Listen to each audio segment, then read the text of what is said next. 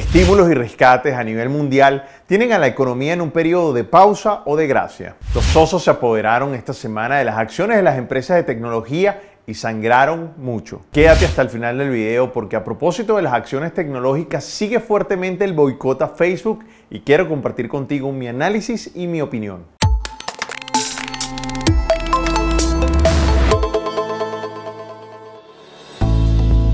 Hola my friend, episodio 105 del TradingView. Soy Dani Pérez, cofundador de MDC Capital Group y de MDC Trading Academy.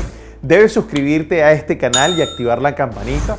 Y aparezco en todas las redes sociales como @DaniPérezTrader, sobre todo en Instagram y en YouTube. A principios de esta semana culminó la cumbre europea más larga de la historia. Se llega a un acuerdo para un rescate histórico por un paquete de 750.000 millones de euros en un plan de recuperación que posteriormente se pretende pagar con solo tributos. La cantidad de transferencias no reembolsables se quedará finalmente en 390.000 millones de euros. Impresionante. What? En el caso de los Estados Unidos también se ve venir un nuevo estímulo importante. El Congreso tiene hasta el 7 de agosto para poder aprobar el próximo proyecto de ley de ayuda económica. Frank, estamos viviendo un momento bien particular. Pareciera que la economía real estuviera en un periodo de gracia o de pausa. Demasiados estímulos, bancos en un periodo donde no han empezado a cobrar a las personas, pero esto no es para siempre. Mientras que la inflación se mantenga en la raya, la Reserva Federal tendrá permiso de seguir imprimiendo dinero en paquetes y rescates históricos que traten de impedir las caídas enormes que puede haber. Sin embargo, estos paquetes están llegando directamente a los bolsillos de los ciudadanos. Esperemos que eso no dispare la inflación, porque de eso darse se le puede cerrar el camino a la Reserva Federal de seguir imprimiendo dinero y eso puede crear un efecto importante de temor en los mercados, que ya de por sí obviamente están bien sensibles. Miren cómo reaccionaron negativamente los mercados esta semana. Por ejemplo, llevo 3 semanas diciéndote que estaba por venir el incremento nuevamente de las tensiones comerciales entre Estados Unidos y China. Esta semana Estados Unidos cerró el consulado chino en Houston acusándoles de espionaje mientras continúan también las tensiones con Huawei y TikTok. Y por supuesto, China, por represalia, al final de semana ordenó el cierre del consulado estadounidense en Chengdu.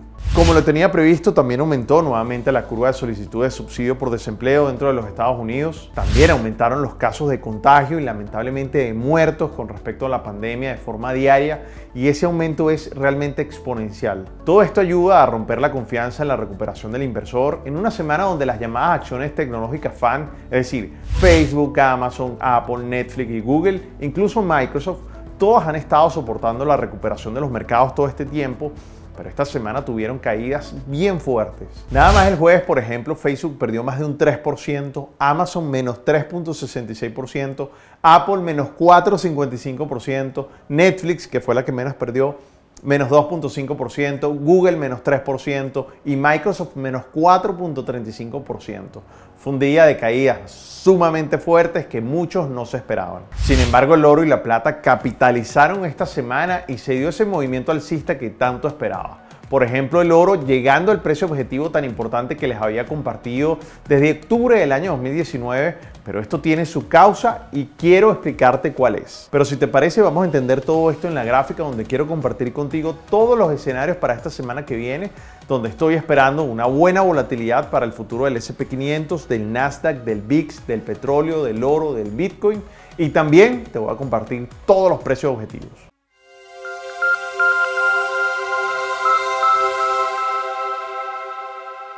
En el futuro del mini y el S&P 500, muy interesante esta semana, todo lo que se dio con respecto a las tensiones entre China y Estados Unidos nuevamente ha provocado este par de velas de reverso, sobre todo los días jueves y viernes. Claro que no cae tanto como lo hace el Nasdaq, sin embargo, obviamente empiezan nuevamente las tensiones entre los inversionistas, anular un poco lo que ha sido la recuperación desde el punto de vista bursátil, es decir, de la bolsa de valores. Y claro que todas las empresas, las acciones tecnológicas que bajaron tan fuertemente, pues tienen unas implicaciones fuertes en este índice importante. Además, recuerden que estamos esperando nuevamente un nuevo paquete de estímulos, así que eso es algo que también el mercado ha estado bastante atento y esperemos a ver qué pasa si con ese paquete de estímulos, qué va pasando con la inflación, que les sigo diciendo, para mí es un indicador muy importante que generalmente en las crisis anteriores, cuando hay un alto nivel de desempleo, obviamente después de una crisis hay deflación. Y eso en este caso no ha pasado. Fíjense que el índice de inflación el mes pasado estuvo en 0.6%, ni siquiera estuvo negativo. Así que para mí aquí hay una condición muy clara, y es que los estímulos están yendo directamente al bolsillo del consumidor. Y eso es algo que no había pasado en ocasiones anteriores. Además, el costo de hacer negocio en este momento, para hacer negocio seguro dentro de la pandemia, es un costo bastante más alto que lo normal. Así que eso puede generar desde algún tipo de reacción desde el punto de vista de índice de precio del consumidor, y eso haría que los estímulos pudieran verse. Si la inflación empieza a crecer, los estímulos pueden estar entonces en peligro de seguirse dando, porque la impresión de dinero sí está llegando directamente al consumidor, y eso puede estar produciendo un efecto bastante interesante. Así que, bueno, mientras estén las tensiones de China y los Estados Unidos, que ya se revivaron, que era lo que yo les decía la semana pasada o hace 2 semanas que estaba esperando que sucediera, bueno, se dio y las acciones bajaron de manera importante. En una gráfica diaria se ve como tenemos aquí una línea de tendencia importante, donde el mercado llega a esa línea de tendencia y de ahí sube un poco. Ahí se puede ver claramente cómo la toca y después vuelve a subir. Pero si el mercado logra pasar esta línea de tendencia hacia abajo, es muy probable que esté llegando a la línea de 200, es decir, pudiera llegar al precio de los 3.000 nuevamente, y ahí vamos a ver qué pasa, porque aquí hay una cantidad de compradores de forma importante. Sin embargo, aquí van a ver, si eso pasa durante esta semana, una cantidad de oportunidades de inversión en corto de manera importante. Si de hecho lo vemos aquí en una gráfica más detallada, nos damos cuenta cómo el mercado entonces... Déjenme trato de quitar esta línea que pueden basurar. Fíjense cómo el mercado aquí subió a principio de semana, pero ya luego el mercado se volvió a comportar nuevamente de manera errática, hace un sobrepaso a la zona de resistencia y de ahí se viene muy fuertemente a la zona de soporte que les he comentado. Si logra pasar la zona de soporte, por favor anoten allí, muy importante, el precio de 3.140 pudiera llegar ahí, posteriormente 3.103, 3.056, posteriormente 2.955. Sin embargo, esta zona de soporte hay que ver cómo amanece la semana, si hay alguna noticia importante desde todo punto de vista, para ver sobre todo el tema de la vacuna, que es el tema que también ha estado el mercado bastante ansioso, y cada vez que hay una noticia siempre tiene una reacción positiva. Recuérdense que al principio de la semana pasada fue así que vamos a ver qué pasa con respecto a ese tema, que pareciera que toda la vacuna estuviera dentro de la narración, y cada vez que hay una buena noticia de la vacuna pareciera que todos los mercados se entusiasman. Pero en este sentido, insisto, el tema de la solicitud de desempleo que aumentaron esta semana con todos los casos que también están habiendo en Estados Unidos de aumento, incluso de muertes, lamentablemente está haciendo que el MESO pudiera estar perdiendo un poquito, digamos, la confianza. En el caso del Nasdaq, fíjate lo diferente que con respecto al SP500, después de llegar a esa zona, a ese precio objetivo que les había comentado, bajó con mucha fuerza, prácticamente 4 o 5 días seguidos de bajas fuertes, a pesar de que estamos en la temporada de resultados, y que incluso Microsoft y por ejemplo Netflix les fue bastante bien, y también bajaron con mucha fuerza. Y recuérdense que esta semana va a empezar fuertemente todo lo que tiene que ver con los resultados de empresas importantes como Apple, como Amazon, como Google, como Facebook, ¿ok?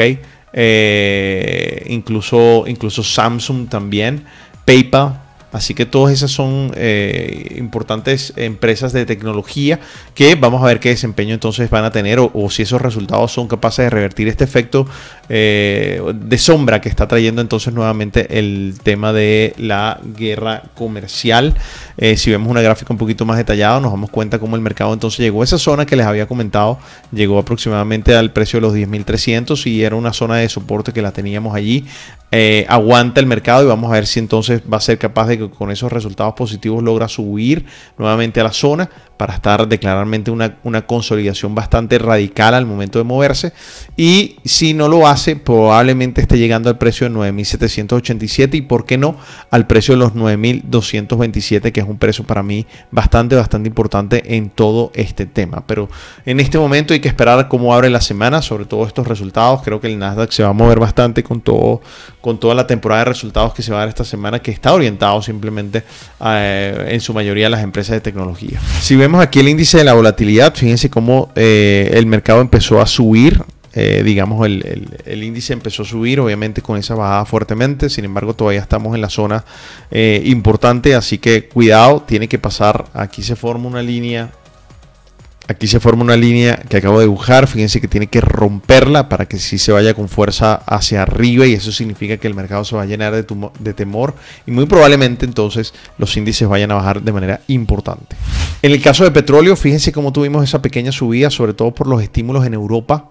Okay, ese estímulo en Europa hizo que el mercado subiera, sobre todo a principios de semana, pero cuando viene ese conflicto de China, pues obviamente esas tensiones nuevamente hicieron que los principales consumidores de petróleo tal vez se encuentran un poco preocupados por la demanda que puede haber, ya que obviamente esto sería un duro revés si se incrementan las tensiones entre China y los Estados Unidos. Así que además los crecientes casos que hay en Estados Unidos con respecto al coronavirus, eso también tiene muy poco temor y eso afecta directamente al petróleo. Así que cuidado, si el petróleo hace un reverso y puede tener un movimiento bastante fuerte hasta los 36 y posteriormente hacia los 30. Recordemos que en agosto nuevamente coincide una reducción de 2 millones de barriles diarios por parte y liderados por Rusia y Arabia Saudita, así que todo se puede volver a juntar y yo espero que no vuelva a pasar lo que pasó en marzo.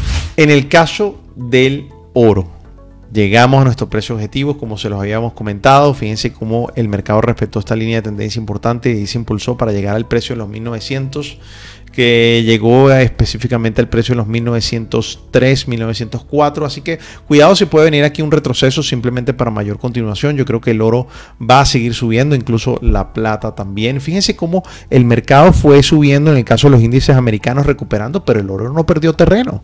Y eso para mí también es señal de que la gente está buscando refugiarse, los inversionistas están buscando refugiarse. Y recuerden, les he dicho muchas veces, los chinos y los rusos llevan años refugiándose en oro, comprando muchísimo oro, y esto es algo que mientras haya más impresión de dinero por parte de la Reserva Federal, incluso también de Europa, bueno, pues la gente busca un instrumento que no pierda tanto valor en el tiempo y que está comprobado por muchísimos años, que obviamente es un gran instrumento de refugio. Así que pareciera que esto estuviera levantando sospechas que hay bastante incertidumbre en el mercado, a pesar de que los mercados han estado subiendo. Pues el oro sigue capitalizando, y mientras siga capitalizando significa que mucha gente se está refugiando en este activo. En el caso del Bitcoin, recuerden, nuevo rescate en Europa, pronto otro nuevo rescate en Estados Unidos. Se dispararon los metales preciosos. ¿Y qué pasó con el Bitcoin? También sube. No sube igual con el oro. Recuerden que estaba teniendo una correlación interesante con el oro. ¿Ok? Luego se para un poco, sube, no sube de la misma manera que el oro. Sin embargo, recuerden que para mí la expectativa en el Bitcoin sigue siendo completamente alcista, porque para mí se ha ganado la confianza. Puede incluso tener un retroceso, pero para mí a mediano o largo plazo el Bitcoin es muy probable que pueda seguir estando teniendo en la zona alcista. Y recuérdense que el Bitcoin las emisiones son finitas, lo que significa entonces que de seguirse emitiendo esa cantidad impresionante de dinero y que está llegando, insisto, directamente a los bolsillos del consumidor, eso para mí es algo bastante peligroso que puede llevar a la Reserva Federal en un futuro no muy lejano a volver a subir las tasas, y ya saben que cuando se suben las tasas empiezan recesiones y bueno, eso es lo que hay. Así que en el caso del Bitcoin me parece que la expectativa alcista a mediano o largo plazo para mí la mantengo intacta, aunque puede tener un retroceso al área de los 8600. Sin embargo, para mí, insisto, en mediano o largo plazo, que es como lo estoy viendo y se los estoy compartiendo, me parece que el Bitcoin va a tener un futuro bastante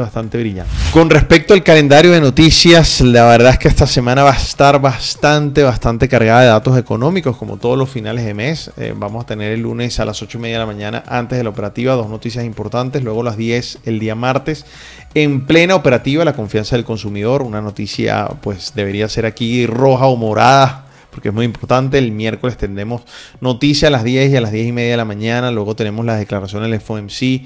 Vamos a hablar sobre las tasas, importante. También tendremos la rueda de prensa. Así que el miércoles es un día cargadísimo de noticias. Así que es muy probable que a principios de la mañana esté el mercado bastante tranquilo, hasta que llegue probablemente todas estas noticias a partir de las 10 de la mañana, ese batallón de noticias. El jueves muy pendiente a todo lo que tiene que ver con la solicitud de subsidio de desempleo, que es muy importante. Vamos a ver si el mercado va a estar a ras o va a subir. Yo esperaría que no suba, pero realmente es una posibilidad baja. Yo estoy viendo que lo que está pasando en Estados Unidos nuevamente con el tema de los contagios es bastante delicado. Y el viernes, muy importante, también cargado de noticias, incluso va a estar el Chicago PMI, que es el último día hábil del mes, que es importante en plena operativa, y luego la revisión del sentimiento del consumidor. Recuerden también que esta semana van a reportar las noticias importantes de tecnología, Apple, Amazon. Apple, por ejemplo, es el día 30, que sería el jueves. El miércoles Facebook.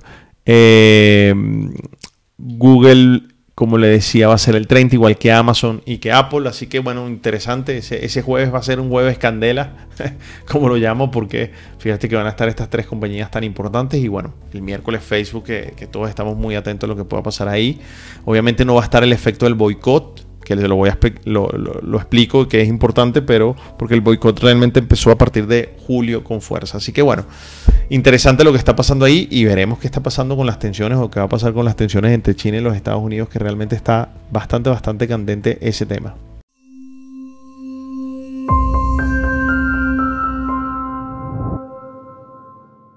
Facebook sigue siendo el centro de atención en la polémica en todas las redes sociales, centrada en este caso en acusaciones a esta por hacerse, supuestamente, la vista gorda con el discurso de odio que existe en su contenido. A raíz de esto surgió un hashtag que se llama Stop Hate for Profit, un movimiento dirigido a las empresas para que retiren su publicidad de las redes sociales de Facebook. De hecho, esta semana salió un reporte interesantísimo en el Wall Street Journal que sostiene que el principal anunciante del primer semestre del año 2020, tanto en Facebook como en Instagram, ha bajado de forma importante su presupuesto de publicidad en estas redes. Así que toda esta controversia de estrategias de negocio en las redes sociales la vamos a analizar en este dato curioso.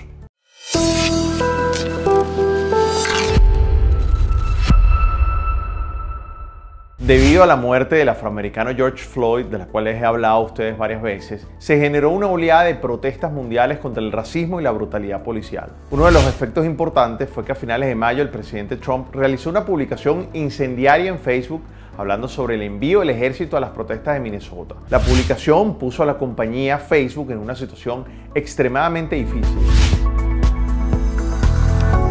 Esa referida publicación y algunas otras por parte del presidente Trump fueron la gota que derramaron el vaso para que nacieran en diversas organizaciones de derechos civiles que iniciaron una proclama el pasado 17 de junio. Así fue como se creó la campaña Stop Hate for Profit, o Detén el odio por las ganancias, con el fuerte objetivo de eliminar el discurso de odio que habita en las redes sociales, presionando a las plataformas que mejoren sus prácticas en la moderación de su contenido. Definitivamente un gran boicot publicitario determinado a cambiar las redes sociales dentro de los Estados Unidos, seguidos de un fuerte mensaje dirigido hacia esas empresas que le pagan a Facebook para hacer publicidad con un mensaje directo. ¿Qué lado escogerán las empresas anunciantes? Para mí eso es prácticamente como si fuera una amenaza directa a las empresas. Tras esta ruda polémica y para mí amenaza directa, muchas grandes compañías tales como North Face, Lego, Dunkin' Donuts o en menor medida Microsoft, Unilever, Coca-Cola, Honda, Starbucks, Pfizer, Best Buy, Adidas, Ford, HP, son más de 500 que se han integrado a la campaña anunciando la suspensión de sus anuncios durante el mes de julio o de forma indefinida en estas redes sociales. Pero esta semana que acaba de pasar, según un reporte de Wall Street Journal, se conoció que Disney ha reducido su presupuesto de publicidad en Facebook en medio del boicot y en medio de estas aperturas importantes que está teniendo en los parques de Estados Unidos. Pero ¿por qué el caso de Disney causa tanto interés? Bueno, porque Disney fue el principal anunciante en Facebook durante el primer semestre del año 2020, gastando alrededor de 210 millones de dólares. De hecho, fue el anunciante número 2 durante el año 2019, detrás de Home Depot, quien aún no se ha unido al boicot, pero también ha reducido dramáticamente el presupuesto de anuncios.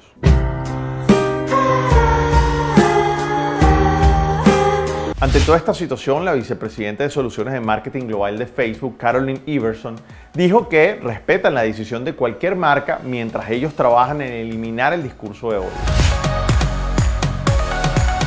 Luego de que cobrara revuelo todo este movimiento publicitario en contra de Facebook y habiendo una evidente reducción del capital, el propio Zuckerberg publicó en su momento desde su propia red social lo siguiente: estoy comprometido a asegurar que Facebook siga siendo un lugar donde la gente pueda usar su voz para discutir temas importantes, pero creo que podemos progresar mucho más cuando nos escuchamos. Tras la lista de retiradas de las grandes corporaciones, han redactado y compartido las nuevas políticas que implementaría su empresa para el manejo de la información, aludiendo el compromiso para luchar contra el discurso del odio con el siguiente mensaje: también estoy en contra del odio o cualquier cosa que incite a la violencia o reprime el voto, y estamos comprometidos a quitar eso sin importar de dónde venga. Esto es algo bastante similar a lo que está haciendo Twitter para etiquetar el contenido que viole sus políticas, para decidir mantener lo que considere interés público, como ciertos discursos políticos.